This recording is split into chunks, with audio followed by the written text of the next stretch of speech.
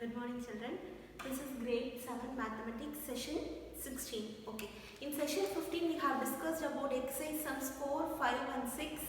Fourth sum and sixth second subdivision I have given you as a homework. Hope you have completed it. Now let us move on to the seventh sum. Listen the question carefully. An elevator descends into a mine shaft at the rate of 6 meter per minute.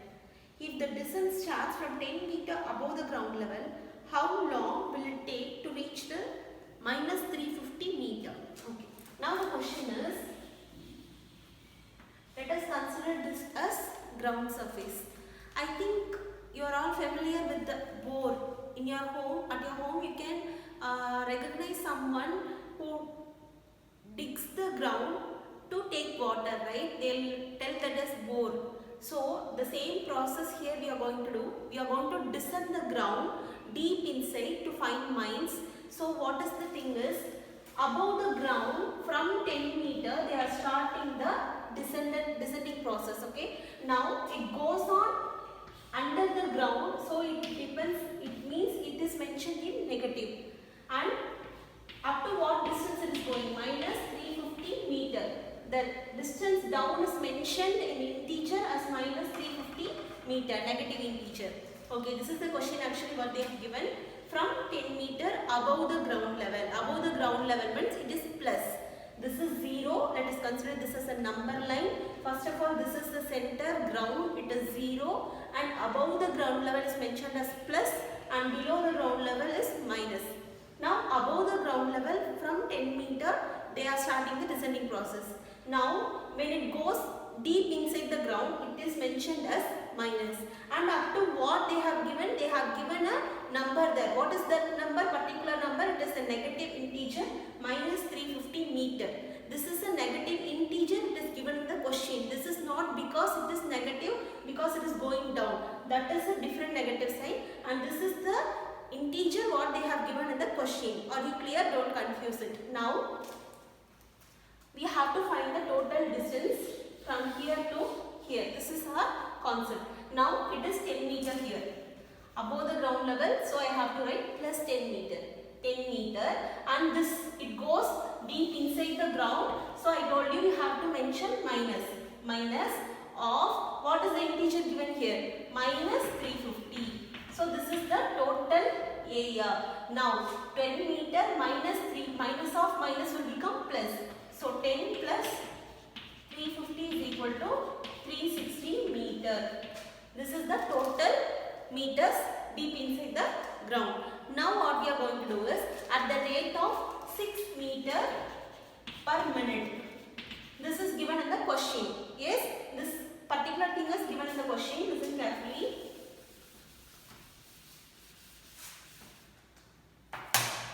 For 6 meter it takes 1 minute.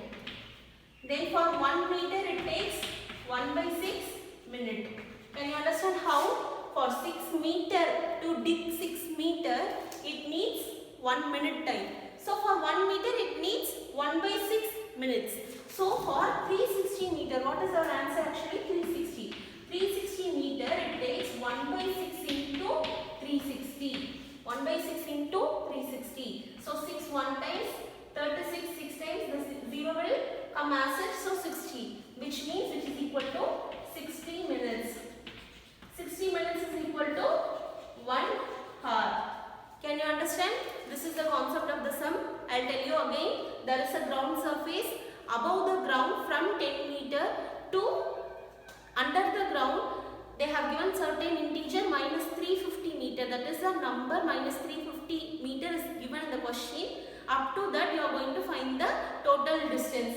So 10 meter under the ground. So I have written minus of, this is given in the question, minus 350 meter.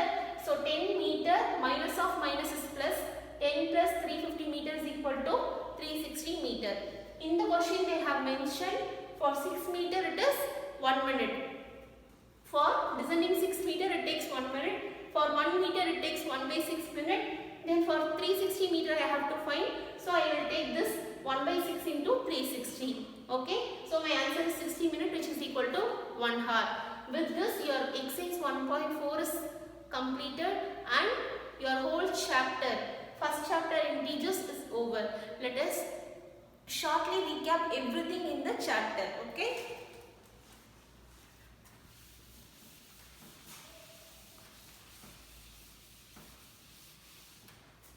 What are the four properties that you have seen in the chapter? Closure property, commutative property, associative property, and distributive property. Now what is closure property? A plus B is equal to C, such that A should be an integer, B should be an integer, then the sum of those two integers should be an integer. If it is there, it satisfies the closure property. If it is not there, it does not satisfy the closure property. So addition and multiplication of integers satisfy the closure property.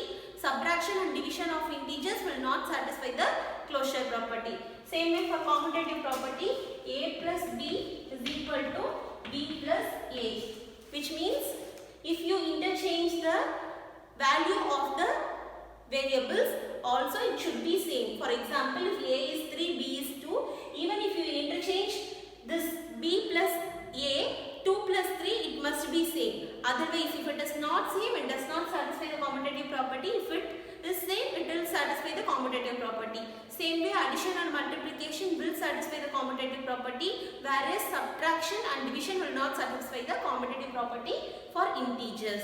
Next, what is associative property? A plus B plus C is equal to A plus B plus C. Change of brackets. Even this you can do in certain examples and you can make it clear. For this also, subtraction and division will not satisfy the associative property, whereas addition and multiplication will satisfy. What about distributive property? A into B plus C is equal to A into B plus A into C. This is distributive property. Make sure that you are doing at least 5 examples for each property so that it will be clear for you.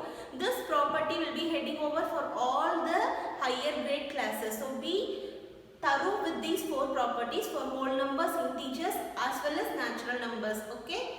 You can try it for rational numbers in the grade 8. Now you can try it for integers. I think whole numbers you have tried in 6th standard. Now you are trying for integers. In the next year you will try for rational numbers. So this is very much important in mathematics. Okay.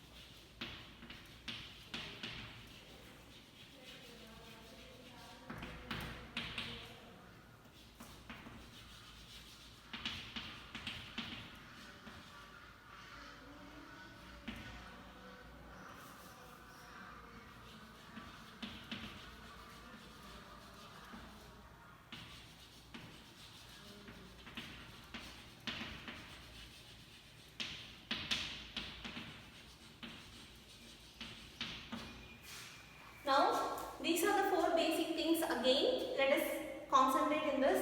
Additive identity. These are very important, and from the wordings itself you can find out what it is. Additive, what you are going to do? You are going to add. What is the meaning of identity? You are going to add certain numbers so that the identity of the original number will not change. For example, the identity of the original number is 70. If I am going to add any number to 70, my identity of 70 should not change. What is the number then? Obviously it is 0. So additive identity is 0. The same way I am taking the number as 70, and if I multiply any number to it, the identity of 70 should not change. What is the number? 1. If you multiply any other number, if you multiply 0 to 70, what it will happen? It will be 0. So only if you multiply with 1, your identity will not change. So that only additive, addition, identity. If you add 0 to any number, the identity will not change.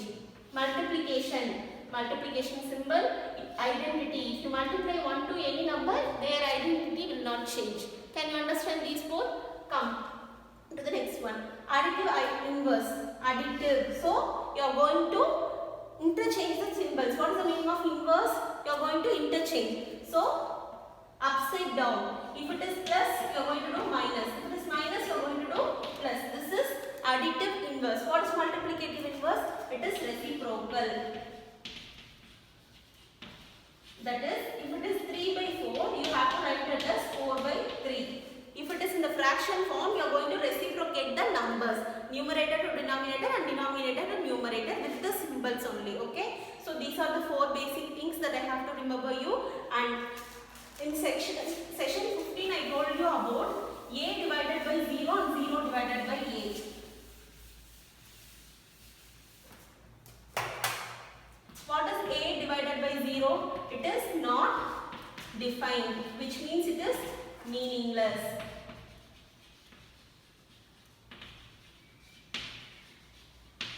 What is 0 divided by a? It is 0.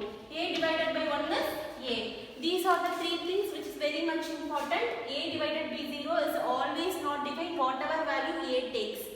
0 divided by a is always 0. And a divided by 1 is a. Okay, can you understand all these three? Okay, this is the short recap of the chapter integers. I think you have the notes of this lesson, complete lesson. Try writing examples in make examples of your own in your own classwork notebook and be clear with each and every concept. Okay, thank you.